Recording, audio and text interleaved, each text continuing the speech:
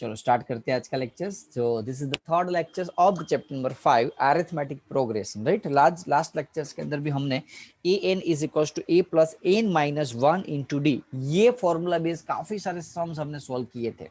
आज भी वही फॉर्मूला हो गए, लेकिन बच्चों थोड़े से फॉर्मूला में ट्विस्टिंग आएगा, क्वेश्चन के अंदर ट्विस्टिंग आएगा। ऐसे ट्विस्ट हो गए क्वेश्चन की आपको थोड़ा सा आगे के चैप्टर्स का, आगे के कॉन्सेप्ट का, आगे के स्टैंडर्ड का कॉन्सेप्ट का यूज में भी हो सकता है आगे के सम के अंदर। अच्छे सम है, एक्स्ट्रा ऑर्डिनरी सम है और आईएमपी सम है। जो अभी तक करवाए थे 1 to 6 it's not in most IMP sum, but I can say that the after 7, 7 नंबर के बाद के जितने भी सम है which is most IMP sum for your school and board examination. Okay, तो प्लीज फोकस रखना। स्टार्ट करते हैं आज का लेक्चर्स। तो हमारे सामने 7th नंबर का क्वेश्चन है, find the 31st terms of the EP. क्या फाइंड करना है बच्चों? ईपी फाइंड करना है। कौन से नंबर का terms? 11th term is 38 and 16th term is 73। देखो बच्चों, क्वेश्चंस में आपको दो चीज दी है। पहली चीज तो आपको दे ही दिया है कि यहाँ कि जो 11th नंबर का टर्म है वो 38 है। तो याद करो वो सम ऊपर वाले जो ब्रैकेट वाले थे वो। अब बोलोगे इलेवेंथ नंबर का टर्म्स का फॉर्मूला क्या आएगा? तो मैंने बताया था एक काम कर दो, ए प्लस एन डी। वो लगाने की जरूरत है नहीं बच्चों आपको। फॉर्मूला कौन सा वाला? A plus n minus one d. यदि आप एन की वैल्यू है पता तो -1 करके डायरेक्टली लिख दो ना, क्यों टेंशन लेने की बात कर रहे हो। चलो अब इलेवेंथ नंबर का टर्म्स कितना दिया हुआ है? 38, यानी कि a plus 10d is equals to 38। This is the first equation in this sum. अब हम आगे बढ़ते हैं, सेकंड इक्वेशन डिराइव करते हैं। सेकंड क्वेश्चन जिसमें यानी कि इसके अंदर ही सेकंड टर्म्स कॉन्सेप्ट ये है कि 16 नंबर का टर्म A16, एक काम कर दो, A plus 15d that is 73। तो आपको ये सेकंड इक्वेशन मिला, A plus 15d is equal to 70।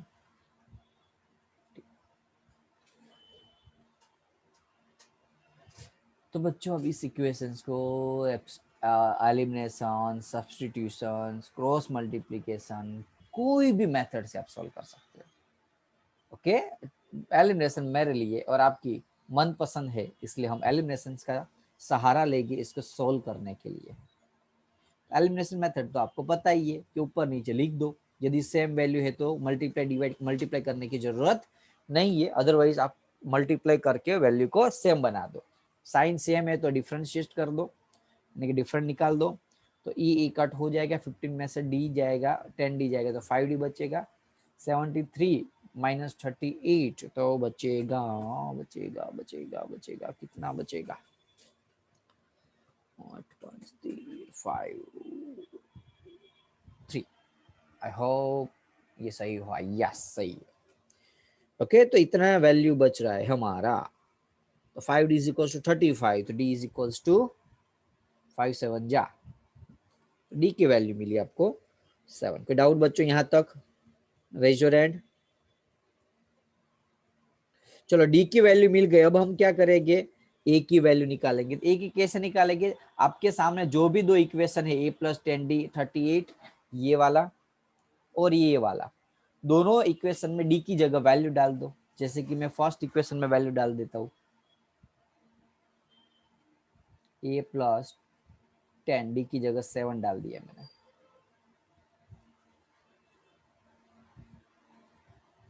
Seventy यहाँ आ जाएगा तो माइनस हो जाएगा।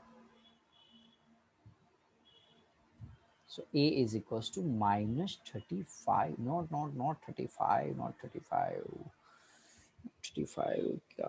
हाँ माइनस करो, 35, 33, 32, यस 32। तो एक की वैल्यू मिल गई -32 बच्चों। बोलो कोई डाउट? कुछ गड़बड़ लग रही है मुझे। Maybe there is some गड़बड़ इन द क्वेश्चंस। नो सही है, ऑलमोस्ट सही है। चलो तो अब हमें क्या फाइंड करना है, 31st नंबर का टर्म्स फाइंड करना है। कौन से नंबर का, हमने ए और डी निकाल दिया, ए की वैल्यू -32 और डी की वैल्यू 7 मिली।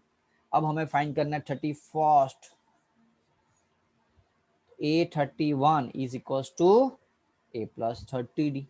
एक कम, A -32 प्लस 30, D की वैल्यू 7, -32 प्लस 7 1 जा 7 3 21 210, 210 में से 32 माइनस करो, 210 में से 32 माइनस करो तो आ जाएगा 178। ओके, तो बोलो बच्चों पता चला, राइज योर हैंड। चलो जाग जाओ, सेकंड नंबर का क्वेश्चन आया है। ओके, ब्रेक ले लिया हो तो बहुत इजी था।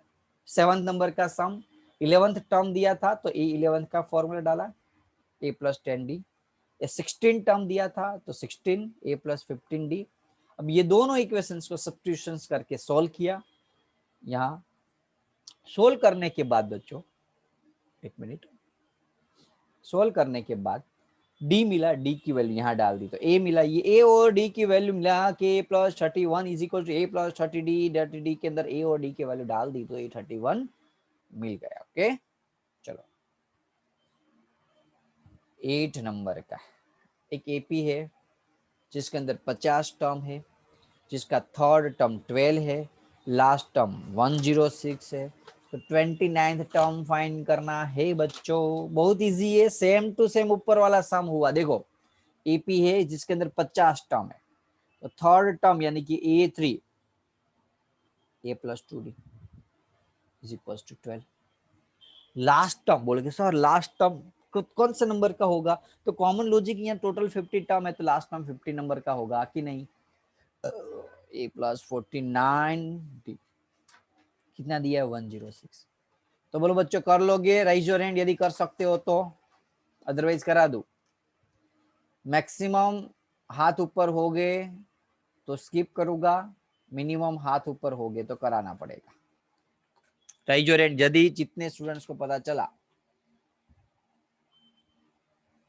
चलो जल्दी, कम है कम है, अभी भी 4 कम है, अभी भी 4 चाहिए। चलो टारगेट पूरा नहीं हुआ अभी भी, अभी 1 2 चाहिए ऊपर। ओके अब टारगेट हो गया खत्म, यानी कि ऑलमोस्ट स्टूडेंट्स को पता चल गया। तो खुद से करो, ट्राई करो, सम को एलिमिनेशन करो, सब्स्टिट्यूशन करो, आपको मर्जी, आपको जो अच्छा लगे वो कर लो। उससे ए निकाल लो, उससे डी निकाल लो। तो बोलोगे सर करना क्या है, तो 29th टर्म फाइंड करना है। कौन से नंबर का, A29th टर्म। A29 का फॉर्मूला है A प्लस 28D। तो ए और डी की जगह वैल्यू डाल दो और आंसर निकाल दो बच्चों। ओके, नेक्स्ट क्वेश्चन, अच्छे क्वेश्चन है बच्चों, ध्यान दोगे ना तो बहुत मजा आने वाला है। It's will be one type of the fun. Okay, game जैसा है ये पूरा चैप्टर, थोड़ा फोकस रखना है। Question, if the third and ninth term of the EP is 4 and -8 respectively, which term of this EP is 0। Question में पूछा है यहाँ थर्ड नंबर का टर्म है 4, यानी कि A3 आपको दे दिया है 4। गुड। दूसरा नाइन्थ नंबर का टर्म है -8, तो फॉर्मूला डाल देते A3 यानी कि A प्लस 2D, A9 यानी कि A प्लस 8D। अरे यार सर मजाक कर रहे हो, सेम सम ऊपर निकल, लेकिन इसमें कुछ थोड़ा सा चेंजेस है, सो मैं करा दूंगा आपको यह सम। चलो पहले हम करते हैं सब्स्टिट्यूशन, इक्वेशन 1 एंड इक्वेशन 2 का।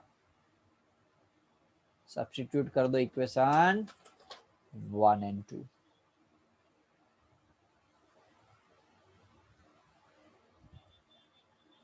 चलो minus minus minus cut cut cut, 8D minus 2D 60, -8 -4 -12, D is equal to -2। बोलोगे सर कहाँ से आया, कॉमन लॉजिक है, 12 6 नीचे गया, 6 2 जा माइनस साइन।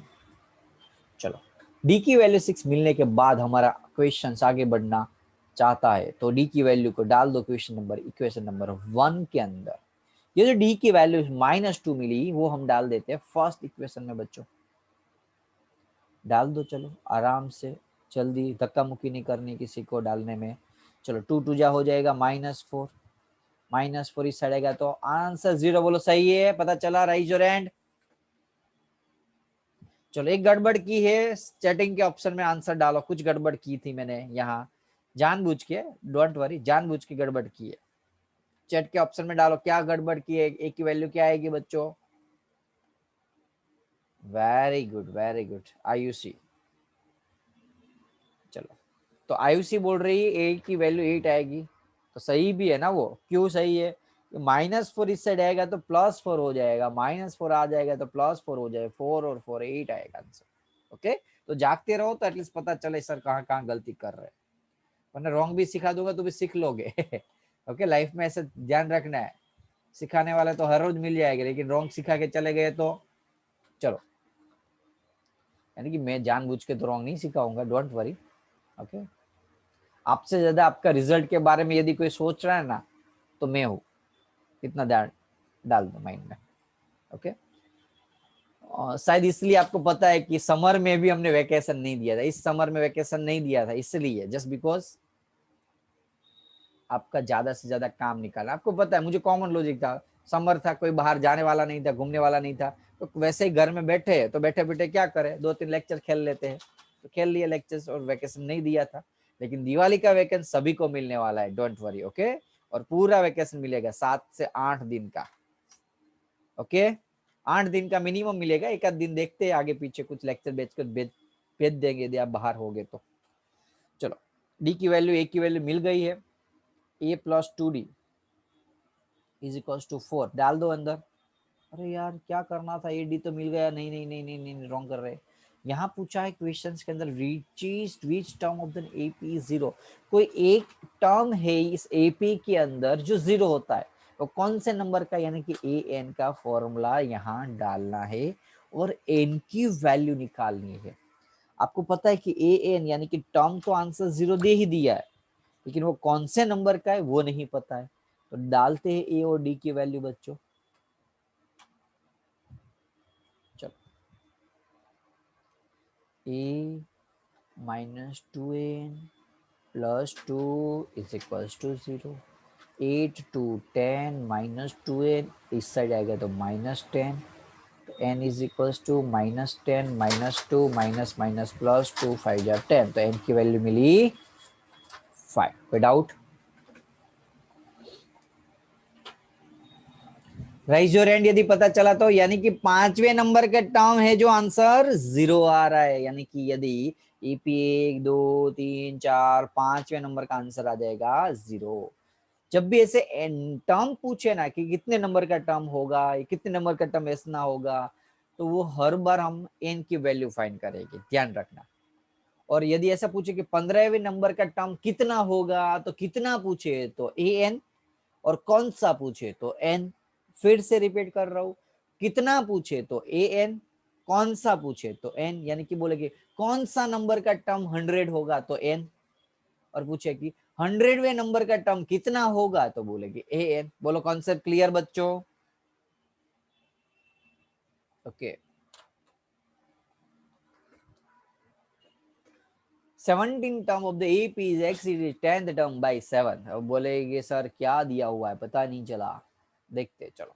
17 टर्म तो ए 17 एक्सीड यानी कि ज्यादा है, कितना ज्यादा है तो 7 ज्यादा है, किससे ज्यादा है तो 10वें नंबर के टर्म से ज्यादा है। बोलोगे सर यहाँ तो कुछ भी नहीं दिया, नहीं दिया है ए, नहीं दिया डी, यहाँ एन। देखता हूँ,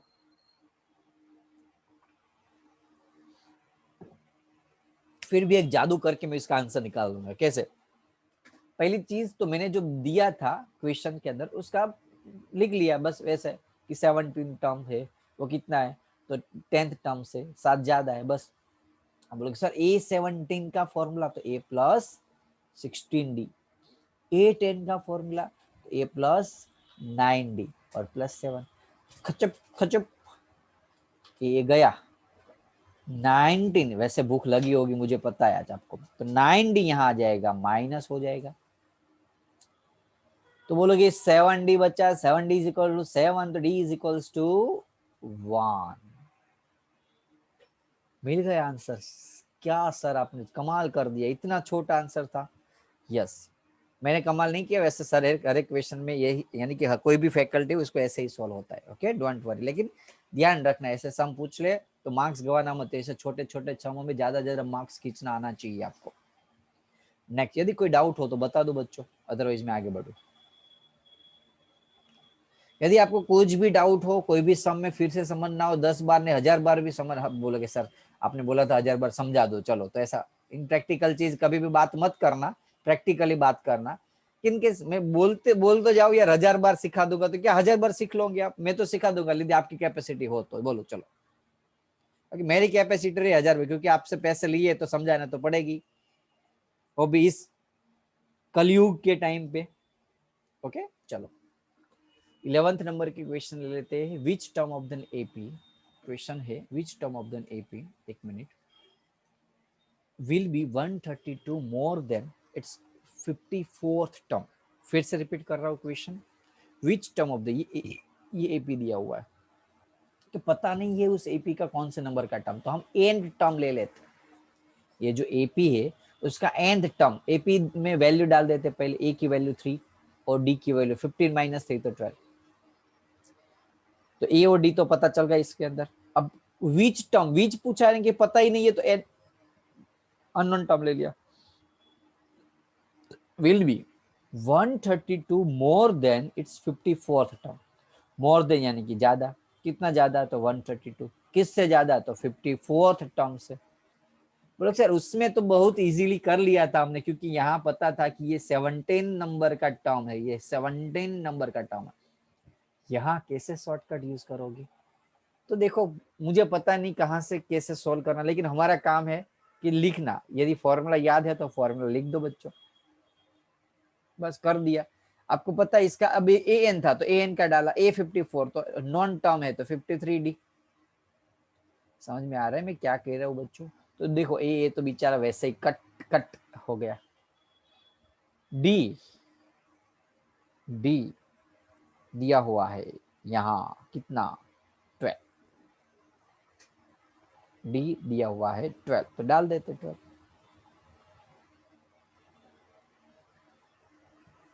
बोलोगे सर ए क्यों दिया हुआ है यार, एपी दिया, डी के लिए ए तो चाहिए ना।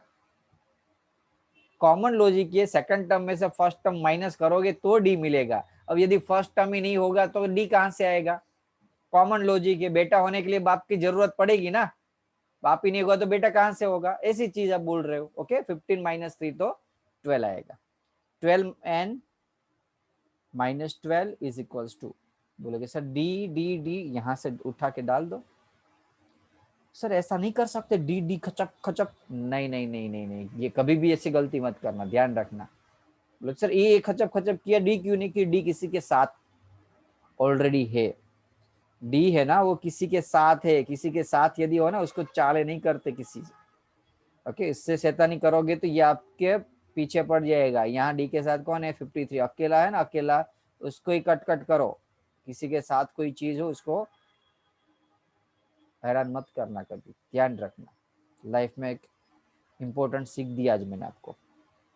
चलो मल्टीप्लाई कर दो 53,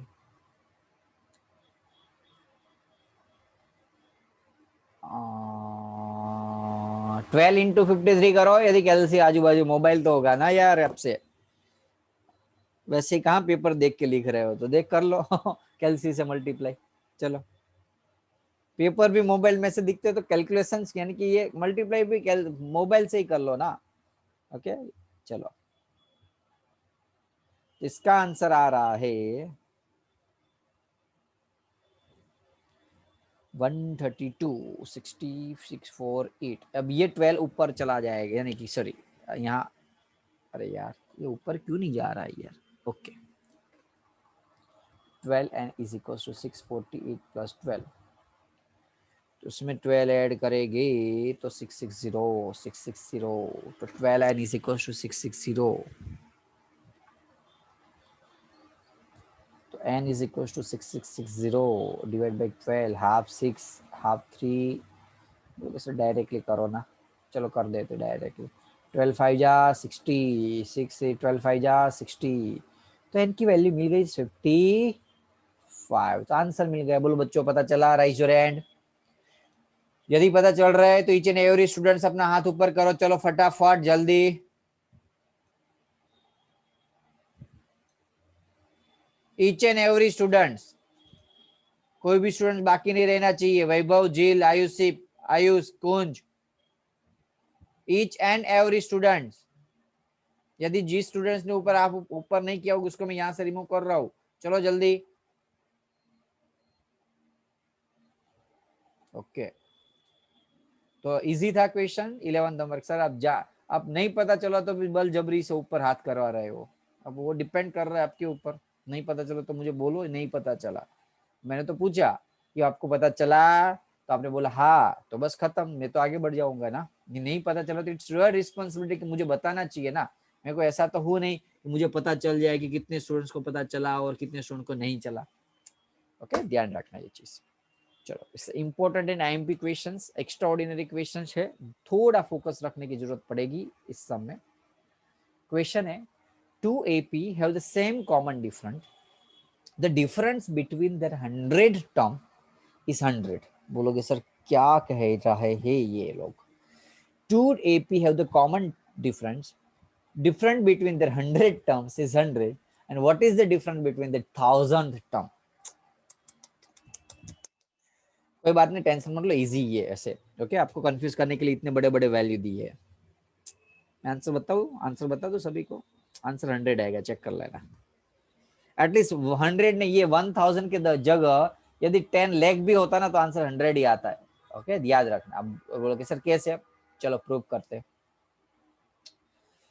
प्रूव करते हैं तो पता चल जाएगा आपको क्या है। Two AP have the common difference, common different है, डिफरेंस बिटवीन देयर 100 टर्म। दो एपी है, दो एपी, एक है A1, एक एपी है और दूसरी एपी। दोनों के बीच का डिफरेंस 100 दिया हुआ है। 100 टर्म माइनस 100 टर्म, ये सेकंड नंबर की एपी। दोनों के बीच का गैप कितना दिया हुआ है बच्चों, 100। ओके, यस श्रेया, ओके ऐसा हुआ है। चलो देखते हैं क्या प्रॉब्लम हुआ है। 660000। ओके, ऐसा हुआ है कि क्वेश्चन मैच नहीं हो रहा है, ऐसा मैं नहीं कह रहा हूँ, श्रेया कह रही है। चलो देखते हैं क्या प्रॉब्लम हुआ। यस, गलती हुई थी मेरे से ही, मैंने यहाँ एडिशन में कुछ गलती की थी। यहाँ एडिशन में यहाँ 632 प्लस से यहाँ से 648 कहाँ से आएगा। 100 ऐड किया तो भी 6 में नहीं बचेगा ना, 7 आएगा यहाँ। चलो फिर से थोड़ा कैलकुलेशन चेंज कर लेते। यहाँ आंसर आता है 768। 768 यहाँ आंसर आया। ओके, तो 12n इज इक्वल टू 760,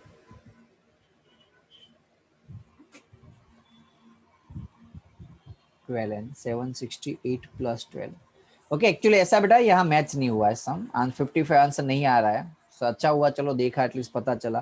कहीं कैलकुलेशन एडिशन में गलती हुई थी, ज्यादा कुछ प्रॉब्लम नहीं है। ओके, टेंशन मत लो।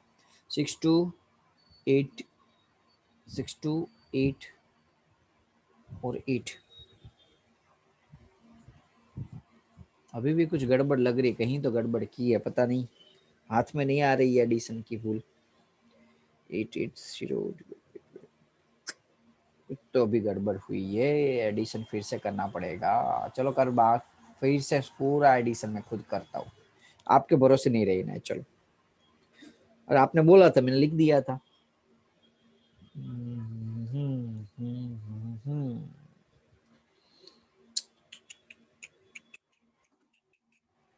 फिर से एक बार देख लेता हूँ, मैं कुछ गड़बड़ तो नहीं हुई ना। Okay, 53 into 12, 53 into 12, 636 plus 132, 768। Okay, 768 आया। 12n is equal to 768 plus 12 plus 12, 780। Yes, अब आ गया। 12n is equals to 780, n is equals to 780 divided by 12. 780 divided by 12, 65. Okay okay, अगर एडिशन में भूल थी यहाँ, इसलिए आंसर मैच नहीं हुआ था. चलो, तो back to the questions, back to the topic 12th number का. जब आंसर मैच होते करते जाना बेटा, इन केस यही कैलकुलेशन में कहीं गलती हो तो एटलीस्ट पता चले, क्योंकि काफी सारे ऐसे स्टूडेंट ऐसे भी है जो कॉपी मार के लिख रहे होते. 2AP have the common difference. The difference between their 100 term is 100. What is the difference between their 1000 term? 100 term का डिफरेंस 100 दिया हुआ है, वैल्यू डालते हैं 100 टर्म का फॉर्मूला a प्लस 99d. यहाँ a1 लिखेंगे. क्यों बोलेगे सर a1? बोलेगे बच्चों फर्स्ट टर्म अलग अलग है, यहाँ डिफरेंट ही सेम दिया हुआ. दो एपी है ना, ये अलग सा एपी, ये अलग एपी है, दोनों के डिफरेंट. डी की वैल्यू सेम है लेकिन ए की वैल्यू सेम नहीं, इसलिए अलग अलग लिखना पड़ेगा ना वेरिएबल. Minus a2.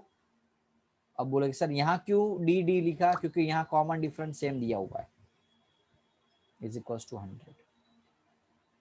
90 कट. बोलोगे सर प्लस प्लस, देखो बीच में माइनस है. ओके, मैंने डायरेक्टली कर a1 minus a2, first term का डिफरेंट आंसर आया 100. इसको संभाल के रखो, वो काम आने वाला है आपको. कहाँ काम आएगा? क्वेश्चन में पूछा है कि what is the difference between 1000 term. 1000 term का डिफरेंट, तो a1 a1000, सेकंड एपी का 1000 टर्म. वो पूछा है आपको, देखते फॉर्मूला डाल देते. a1 प्लस 999d, एक काम कर दिया ना 1000 में से, माइनस. ओके, अब बोलोगे sir 990 cut, a1 minus a2. बोलोगे सर a1 माइनस a2 ऊपर इक्वेशन में 100 आया था तो डाल दूं? हाँ डाल देना, क्या सोचना है, आंसर आ गया. अब पता चला मैं इसलिए बोल रहा था ये शायद 1000 ने एक लेग भी हो ना, 1 लेग, तो भी यहाँ तो वैल्यू कट ही हो जाएगी, तो बचने वाला जो चीज है वो यहाँ बचा, वही यहाँ बचा. तो आंसर इसलिए हर एक टर्म में सेम आएगा. बोलो बच्चों, पता चला? Raise your hand. Okay, easy था. फिर से एक बार रिपीट कर लो. 2 एपी थे, 2 एपी में डिफरेंट सेम दिया हुआ है. Difference between the 100 term is 100. 100 number के दो टर्म्स का डिफरेंट, यानी कि हमने a100 दोनों एपी में वैल्यू डाल दी, a plus 99d, a plus 99d. दोनों एपी में डी डी सेम थी इसलिए डी डी रखा, लेकिन फर्स्ट टर्म में कुछ यहाँ लिखा नहीं, इसलिए we have to put in different variable, इसलिए a1 और a2 डाल दिया. a1 minus a2 answer 100. Now similarly 1000 term find करना था, फर्स्ट एंड सेकंड टर्म का डिफरेंट. a1 990, a2 990, 990 का a1 माइनस a2 बचा, यानी कि वो वैल्यू 100 थी, इसलिए वैल्यू डाल दी. बोलो बच्चों, पता चला? Raise your hand. How many 3 digits are divisible by 7? नया क्वेश्चन है, अच्छा क्वेश्चन. कितने डिजिट है सर, वो हमें कैसे पता चलेगा? How many 3 digit numbers are divisible by 3 digit number. Starting कहाँ से होता है? 100 से. एंड कहाँ होता है? 999. तो क्या 100 7 से डिविजिबल है? नहीं है. हमें तो पूछा है कि कितने डिजिट 7 से डिविजिबल है. लाइक एग्जांपल मोर में आपको क्वेश्चन पूछता हूँ, 1 से लेके 10 तक कितने ऐसे वैल्यू है जो 2 से डिविजिबल है? तो 1 2 3 4 5 6 7 8 9 10. तो 2 डिफरेंट, 4 6 8 10, तो 5 नंबर है. तो मैंने ईपी लिखूंगा तो ऐसे लिखूंगा ना, 2 5 6 8 10. क्यों? क्योंकि वो सारे 2 से डिविजिबल नंबर थे. तो सिमिलरली बच्चों यहाँ भी वही चीज है. मैं यदि एपी लिखूंगा तो ऐसी वैल्यू लिखूंगा जो 7 से डिविजिबल है, बाकी सारी वैल्यू का मुझे कुछ भी काम नहीं है. तो 100 के बाद कोई ऐसा टर्म्स जो 7 से डिविजिबल हो, वो है 105. तो ये 101 7 से नहीं डिविजिबल है, 2 नहीं है, 3 नहीं है, 4 नहीं है, 105 है. अब उसके बाद तो लॉजिकल लगाने की जरूरत नहीं, 5 है ना, 7 से पूछा है ना, तो 7 ऐड कर दो, 112. डेस्ट डेस्ट डेस्ट. 9997 से डिविजिबल है? नहीं है. 9998 नहीं है. 9997 नहीं. 4 5 6 6 भी नहीं है, 5 भी नहीं है, 4 4 4 है। तो लास्ट टर्म 994 जो है वो 7 से डिविजिबल थे, बाकी सारे नहीं है। चेक करना था कर लो, देखो 999 7 से करो, 7 1 जा 7,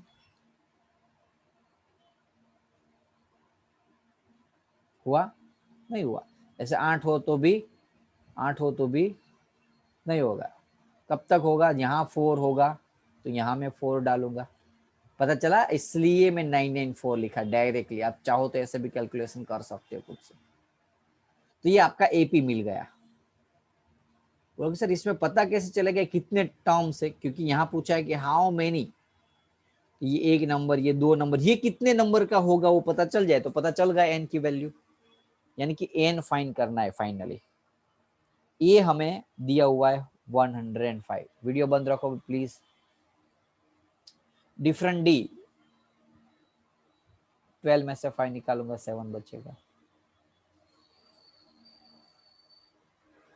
तो बच्चों एन की वैल्यू यदि निकालनी है तो ए एन का फॉर्मूला डाल दो। A n last term, last term, last term, ये कौन से नंबर का nth टर्म है, 994। फर्स्ट टर्म 105, एन नहीं पता है, डी 7। कर लोगे सोल्व, चलो कर लो, खुद से करो। एन की वैल्यू जो भी आए वो आपका आंसर। ओके कर लोगे ना बच्चों, करो करो, चलो फटाफट से खुद से करो, आंसर भेजो मुझे।